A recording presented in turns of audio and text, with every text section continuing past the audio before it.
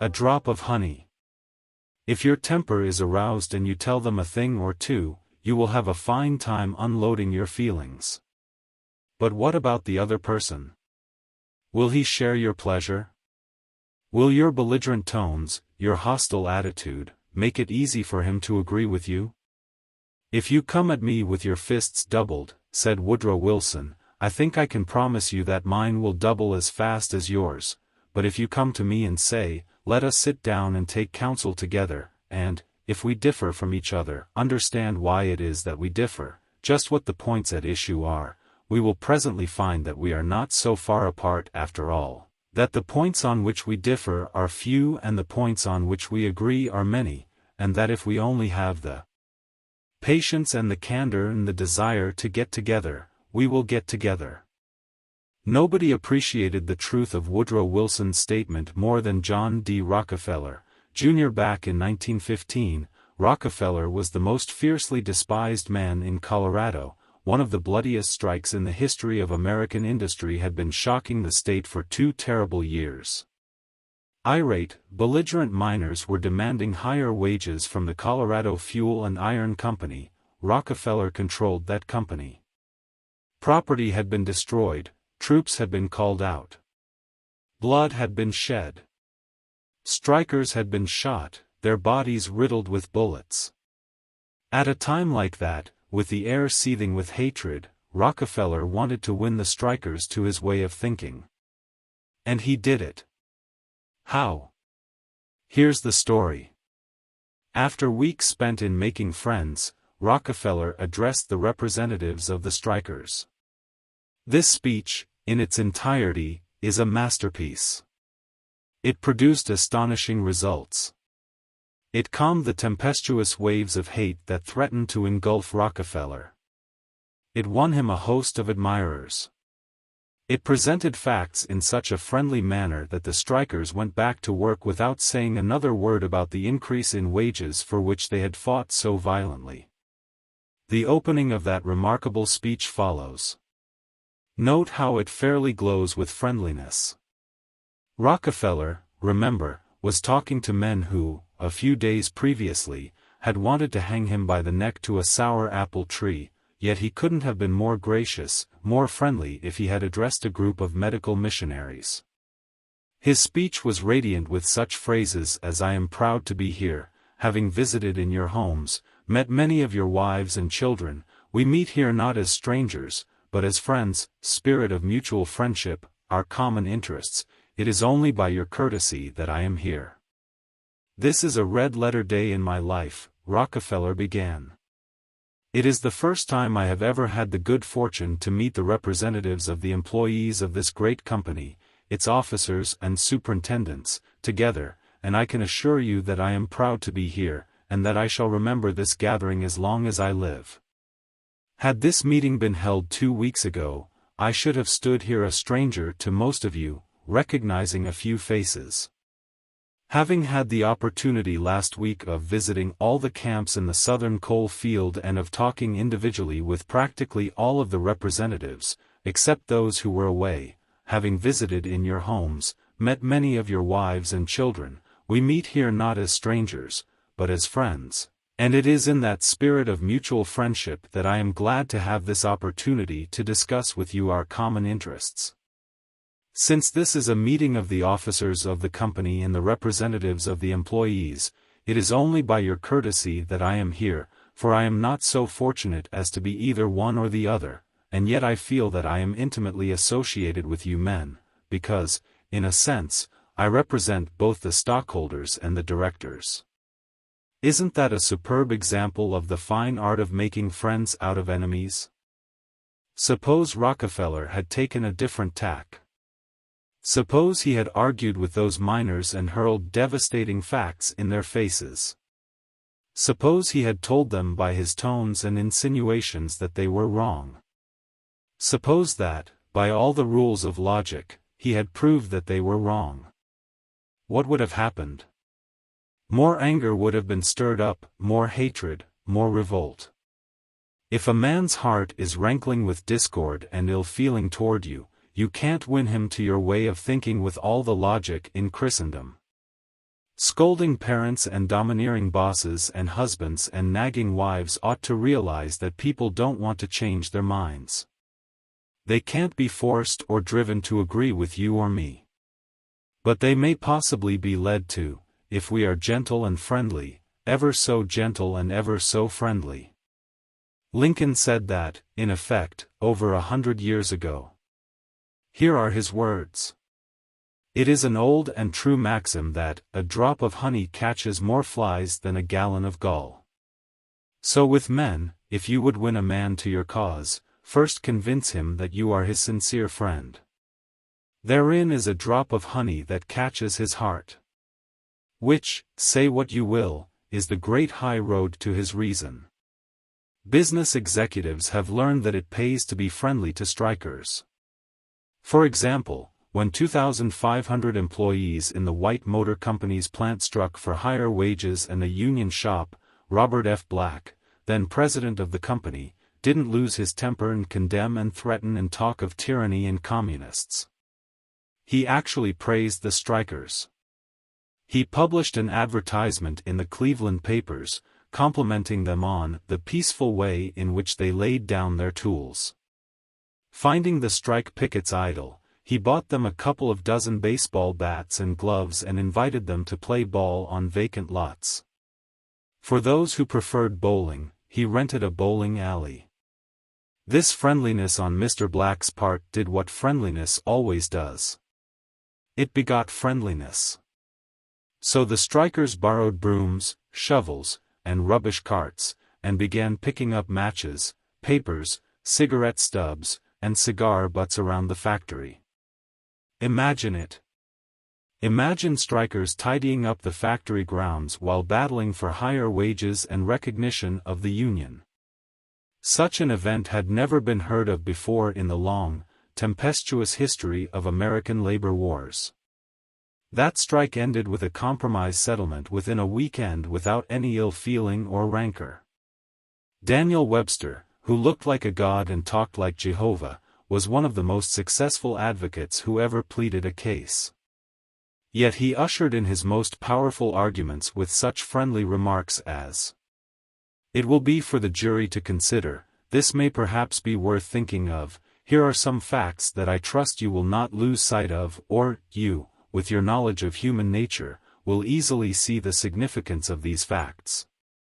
No bulldozing. No high-pressure methods. No attempt to force his opinions on others. Webster used the soft-spoken, quiet, friendly approach, and it helped to make him famous. You may never be called upon to settle a strike or address a jury, but you may want to get your rent reduced. Will the friendly approach help you then? Let's see. O. L. Straub, an engineer, wanted to get his rent reduced. And he knew his landlord was hard-boiled. I wrote him, Mr. Straub said in a speech before the class, notifying him that I was vacating my apartment as soon as my lease expired. The truth was, I didn't want to move. I wanted to stay if I could get my rent reduced. But the situation seemed hopeless. Other tenants had tried, and failed. Everyone told me that the landlord was extremely difficult to deal with. But I said to myself, I am studying a course in how to deal with people, so I'll try it on him, and see how it works. He and his secretary came to see me as soon as he got my letter. I met him at the door with a friendly greeting. I fairly bubbled with goodwill and enthusiasm. I didn't begin talking about how high the rent was. I began talking about how much I liked his apartment. Believe me, I was hearty in my approbation and lavish in my praise. I complimented him on the way he ran the building and told him I should like so much to stay for another year, but I couldn't afford it. He had evidently never had such a reception from a tenant. He hardly knew what to make of it. Then he started to tell me his troubles. Complaining tenants. One had written him 14 letters, some of them positively insulting. Another threatened to break his lease unless the landlord kept the man on the floor above from snoring. "What a relief it is," he said, "to have a satisfied tenant like you." And then, without my even asking him to do it, he offered to reduce my rent a little. I wanted more, so I named the figure I could afford to pay, and he accepted without a word. As he was leaving, he turned to me and asked, "What decorating can I do for you?" If I had tried to get the rent reduced by the methods the other tenants were using, I am positive I should have met with the same failure they encountered. It was the friendly, sympathetic, appreciative approach that won. Dean Woodcock of Pittsburgh, Pennsylvania, is the superintendent of a department of the local electric company. His staff was called upon to repair some equipment on top of a pole. This type of work had formerly been performed by a different department and had only recently been transferred to Woodcock's section. Although his people had been trained in the work, this was the first time they had ever actually been called upon to do it. Everybody in the organization was interested in seeing if they could handle it.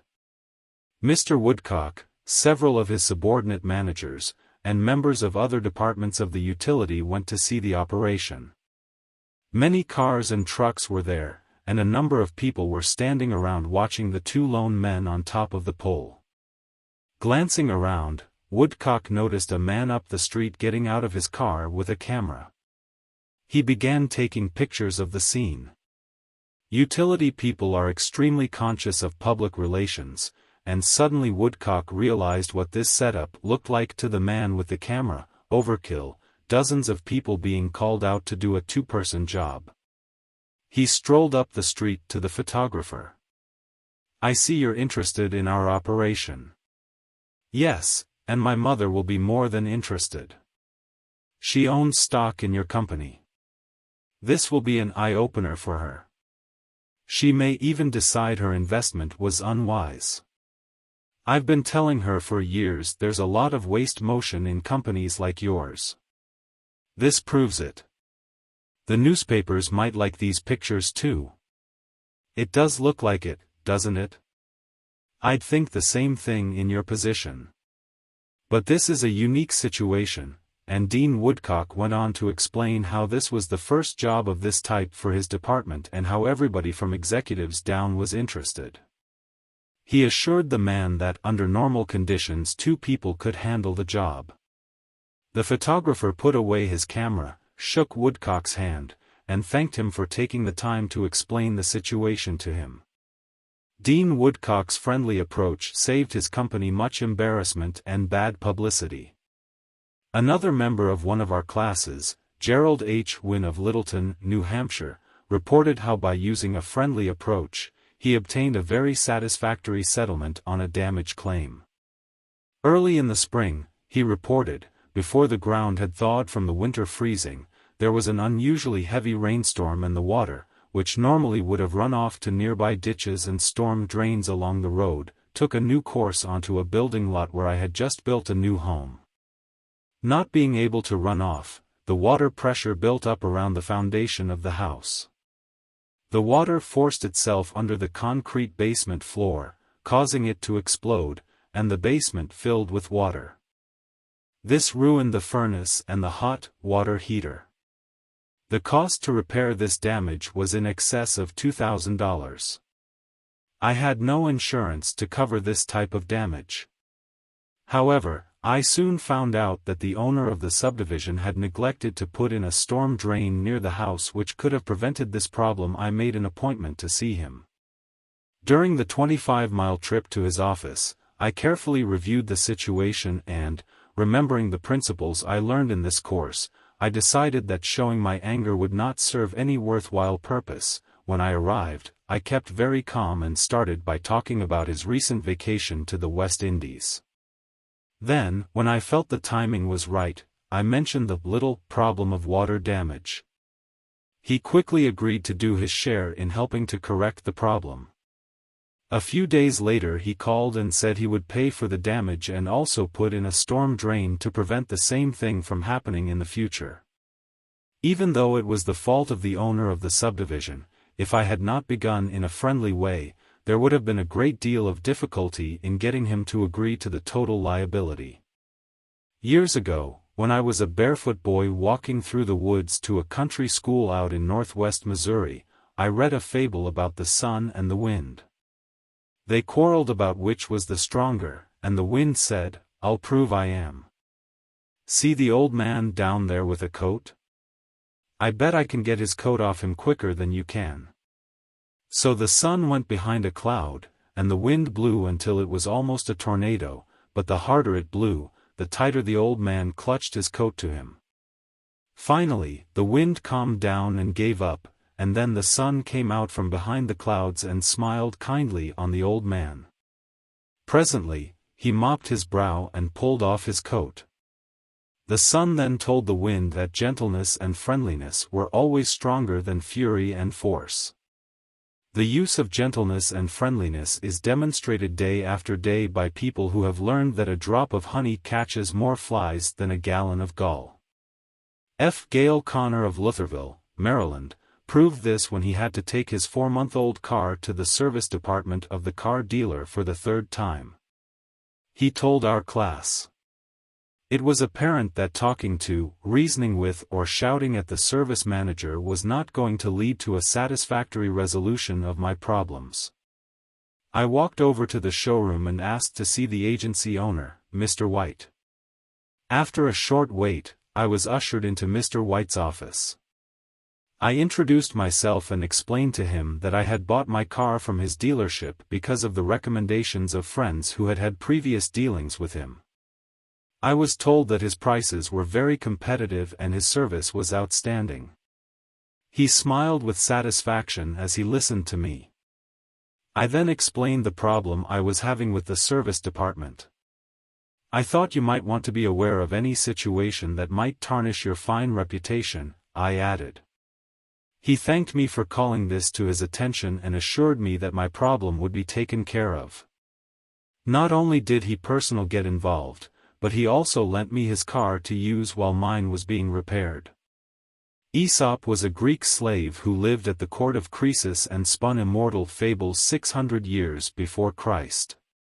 Yet the truths he taught about human nature are just as true in Boston and Birmingham now as they were 26 centuries ago in Athens. The sun can make you take off your coat more quickly than the wind. And kindliness, the friendly approach and appreciation can make people change their minds more readily than all the bluster and storming in the world. Remember what Lincoln said. "A drop of honey catches more flies than a gallon of gall." Principle 4, begin in a friendly way.